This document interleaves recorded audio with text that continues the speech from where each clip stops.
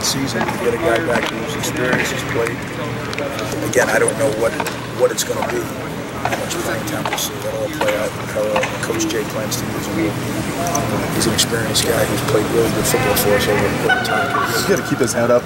Being out half the regular season, you kind of keep his head up, or maybe Coach Johnson's job. I don't know. We all have, but Mike's taking a great attitude about it. And now it's done, so he's going to go.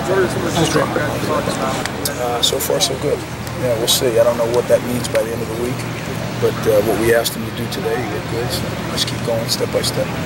What have you talked to the team about in regards to targeting and tackling? Well, it's not as a result of the last couple of weeks. We've talked to him about it,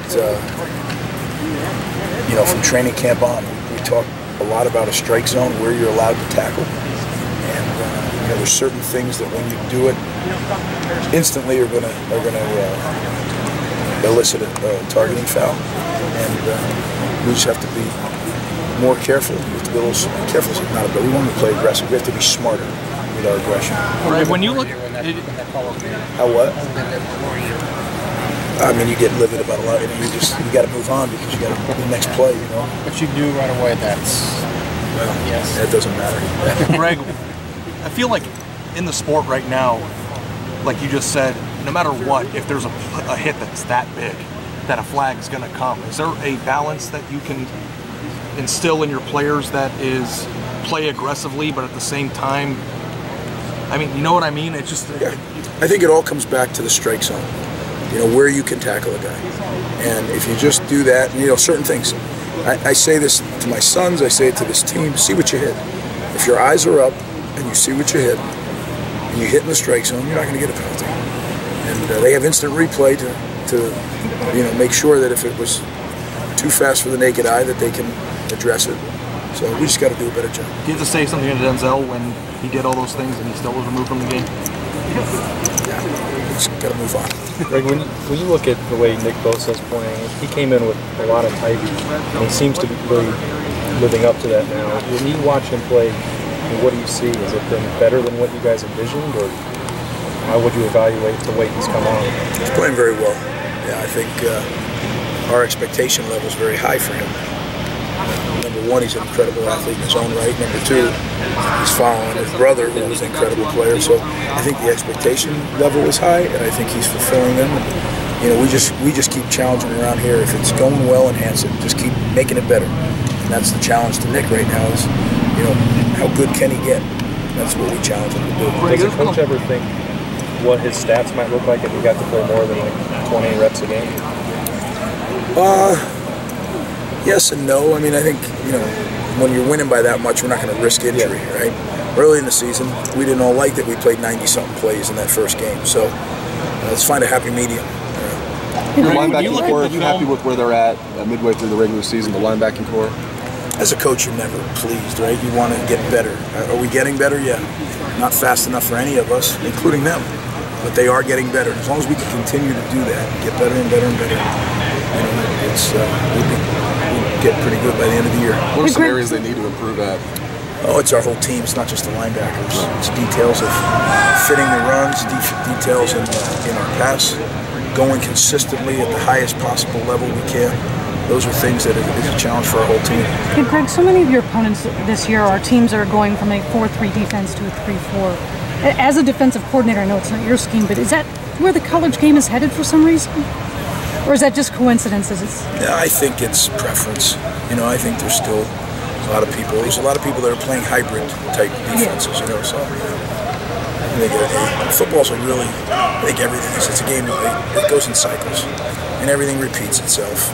It may repeat itself in a little different form, all this gun run and RPO, all that stuff was done 50 years ago. It was called something different. So many of your players have said there's been something different about practice the past couple weeks. Have you seen a little extra in workouts? And if so, what was the switch that was flipped? I think the Oklahoma game kind of flipped a lot of switches. And you know what? We know, I think our whole organization understands we can only control one thing, and that's how hard we work. And if that's going to be good enough at the end, that's going to be good enough. And if it isn't, well, then you know what? You live with no regret, and that's kind of where what we're trying to do as a football team and as a defense is leave it out there on the field and see where that stacks up at the end of the year. Greg, when you look at their number 22, their running back, Ozigbo, Yes. I pronounce it. I mean, Brunswick. What just jumps out at you about him? I think he's had 3 straight 100-yard games. You see him sort of like getting some confidence going. Very hard to get down. He has a lot of yards after contact. Built guy, and he runs. They have a scheme that's designed for a back like him, and I think they're confident in what they're doing. So we're really going to have to. What happens is in those kind of offenses, what might be a 1 or 2 or 3 yard gain in the first quarter, if the game is close and they're able to keep running and running and running, those turn into 5 or 6 yard gains if you don't really muster it up.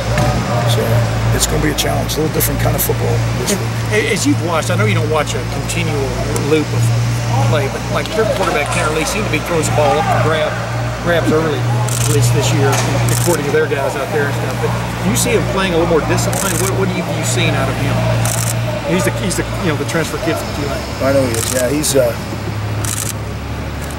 Early on, against Northern Illinois, he gave a few pick sixes there, a couple of pick sixes for us.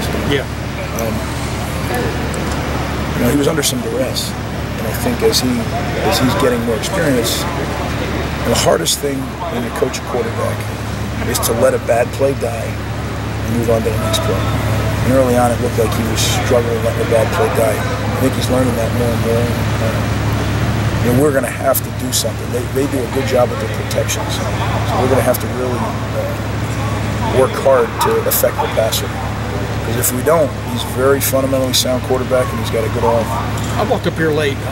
You may have been asked this, but y'all have had 3 guys DQ'd in the last 2 games out of the secondary for hits. One of which, of course, the Big Ten said was a wrong call on Denzel Ward. But what are y'all reinforcing? What are y'all talking about in that realm this week as you prepare going forward? Well, again, it's not just this week. It's something that we talk about constantly, and that is, number 1, see what you hit. If you keep your eyes up and you see what you hit, that's the number 1 for safety, and number 2 for performance. The second thing is we have a strike zone that we talk about. You need to hit in that strike zone. Anything other than that, you can anticipate a penalty. And certainly in the last 7 or 8 years, they've really cracked down on that, and I think it's a good thing.